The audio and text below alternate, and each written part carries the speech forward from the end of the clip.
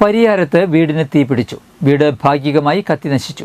രക്ഷാപ്രവർത്തനത്തിനിടയിൽ 2 പേർക്ക് സാരമായി പരിക്കേറ്റു. തവളപ്പാറ എടത്തലപ്പറമ്പൻ ഗിനീഷിന്റെ വീടിനാണ് തീപിടിച്ചത്.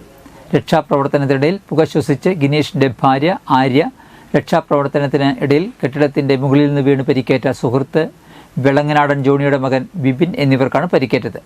ഇവരെ ആശുപത്രിയിൽ പ്രവേശിപ്പിച്ചു. ചൊവ്വാഴ്ച ഉച്ചയ്ക്ക് 2:30 വീടിന്റെ പുറകിൽ നിന്ന് പുക ഉയരുന്നത് കണ്ട ഗിനീഷിന്റെ ഭാര്യ അടുത്ത വീട്ടുകാരെ വിളിച്ച് വിവരം അറിയിക്കുകയായിരുന്നു. വീടിനോട് ചേർന്ന് ഷെഡിൽ സൂക്ഷിച്ചിരുന്ന ഡെക്കറേഷൻ സാധനങ്ങൾക്ക് തീപിടിക്കുകയും തീ ആളിപ്പടരുകയും ചെയ്തു. തീ പടർന്നതോടെ വീടിന്റെ ജനൽ ചില്ലുകൾ പൊട്ടിത്തകരുകയും AC അടക്കമുള്ള സാധനങ്ങൾ കത്തി നശിക്കുകയും ചെയ്തു. കല്യാണത്തിന്റെ മണ്ഡപ ഡെക്കറേഷന്റെ അലങ്കാര വസ്തുക്കൾ, കസേരകൾ, പ്ലൈവുഡുകൾ, തുണികൾ, പിരികൾ എല്ലാം കത്തി നശിച്ചു. ലക്ഷക്കണക്കിന് രൂപയുടെ നഷ്ടമുള്ളതായി കണക്കാക്കുന്നു. 2 ബാത്റൂമുകൾ തകരുകയും ചുമരുകൾക്ക് പൊട്ടലും അനുഭവപ്പെട്ടു. തീപിടുത്തത്തിന് കാരണം വ്യക്തമല്ല. ചാലക്കുടിയിൽ നിന്നും ഫയർഫോഴ്സ് എത്തിയപ്പോഴേക്കും നാട്ടുകാരും സമീപവാസികളും ചേർന്ന് തീ കുറെയെല്ലാം അണച്ചിരുന്നു. പെട്ടെന്ന് പരിസരവാസികൾ പറ്റുന്ന പോലെ വെള്ളം എത്തിച്ചാണ് നിയന്ത്രണ വിധേയമാക്കിയത്. വലിയ അപകടം ഒഴിവായി. വർഷങ്ങളായി മൂവ്മെൻറ്റ് മേക്കർ എന്ന മണ്ഡപ ഡെക്കറേഷൻ ജോലികൾ നടത്തുകയായിരുന്നു.